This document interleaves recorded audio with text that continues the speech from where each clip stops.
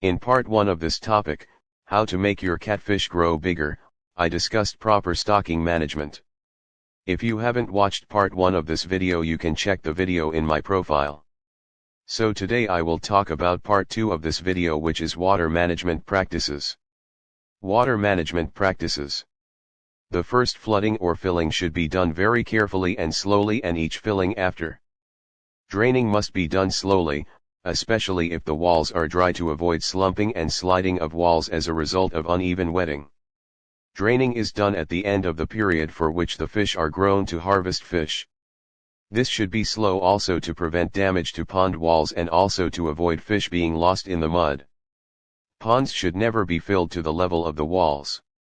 15-20 cm freeboard is necessary according to the size of the pond.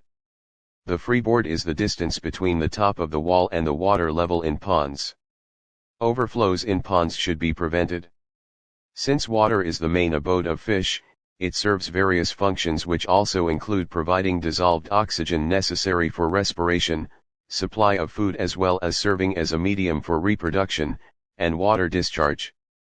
Because of this, constant monitoring of water for pH, dissolved oxygen, temperature, turbidity, and presence of pollutants is a necessity.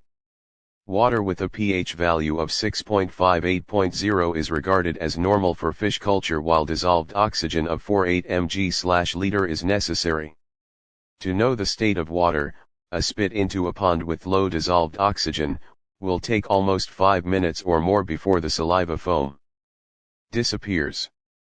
Pollution causes stress to fish, and this in turn exposes fish to diseases.